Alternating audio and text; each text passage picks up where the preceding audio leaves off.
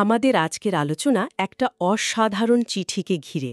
চিঠিটা একজন বাবা লিখেছেন তার ছেলের শিক্ষকের কাছে। আর বাবাটি আর কেউ নন, আব্রাহাম লিঙ্কন।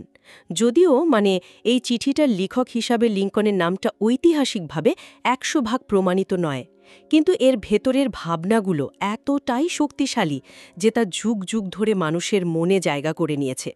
আমাদের উদ্দেশ্য কিন্তু এই চিঠির ঐতিহাসিক সত্যকে উপভোগ করতে শেখাবেন, যেটার কথা তো সবাই বলে, কিন্তু হারতে শেখানোর কথা কজন বলে। এখানেই লিঙ্কন সময়ের থেকে এগিয়ে।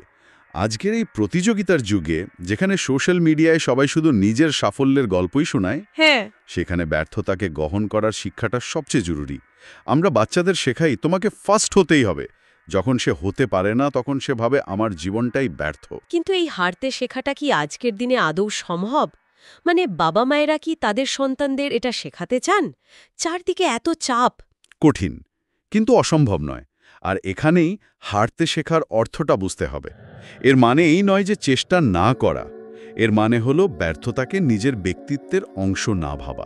আচ্ছা, আমি একটা করতে হবে, কিন্তু সেই আগুনে যেন নিজের ঘরে পুড়ে না যায়। একদম, একদম তাই। প্রতিবাদ করা জরুরি, কিন্তু সেই প্রতিবাদ যদি ঘৃণা বা অন্ধ ক্রোধ দিয়ে চালিত হয়, তাহলে তা গঠনমূলক হওয়ার পরিবর্তে ধ্বংসাত্মক হয়ে যায়।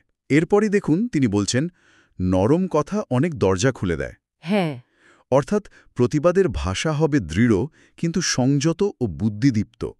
চিৎকার করে বা হিংসার মাধ্যমে নয়, বরং যুক্তি এবং শান্ত অথচ দৃঢ় মনোভাব দিয়েও অনেক বড় লড়াই জেতা যায়। এটাই নেতৃত্বের অন্যতম বড় গুণ।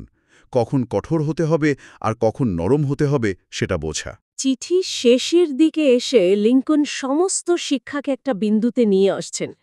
এতক্ষণ ধরে যা যা বলেছেন, সাহস, সততা, পরিশ্রম, আত্মবিশ্বাস, সবকিছুর পর তিনি শিক্ষকের কাছে তার মূল এবং সবচেয়ে বড় অনুরোধটি করছেন।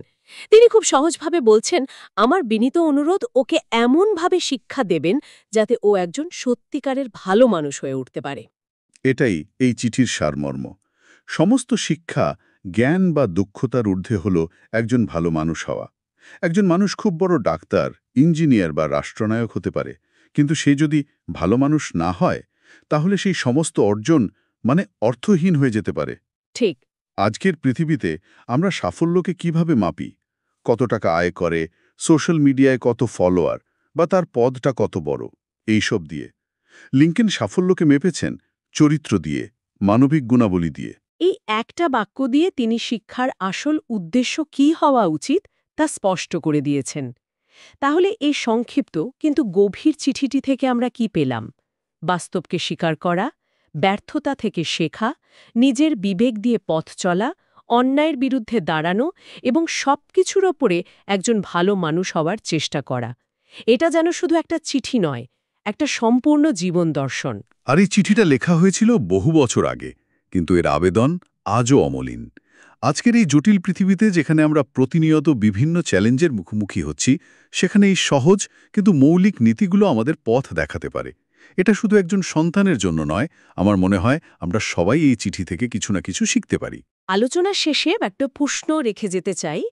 লিঙ্কন এই চিঠিটি লিখেছিলেন তার সন্তানের একজন নির্দিষ্ট শিক্ষকের কাছে, কিন্তু আজকের এই ডিজিটাল আর খণ্ডিত পৃথিবীতে, যেখানে স্কুল, পরিবার, ইউটিউব, টিকটক, বন্ধুবান্ধব সবাই একটু একটু করে শিক্ষকের ভূমিকা পালন করছে, সেই অবস্থায় একজন ভালো মানুষ তৈরির মূল দায়িত্বটা আসলে কার? আর এই ফ্র্যাগমেন্টেড বা খণ্ডবিখণ্ড শিক্ষা কি আদৌ একজন সম্পূর্ণ ভালো মানুষ তৈরি করতে পারে?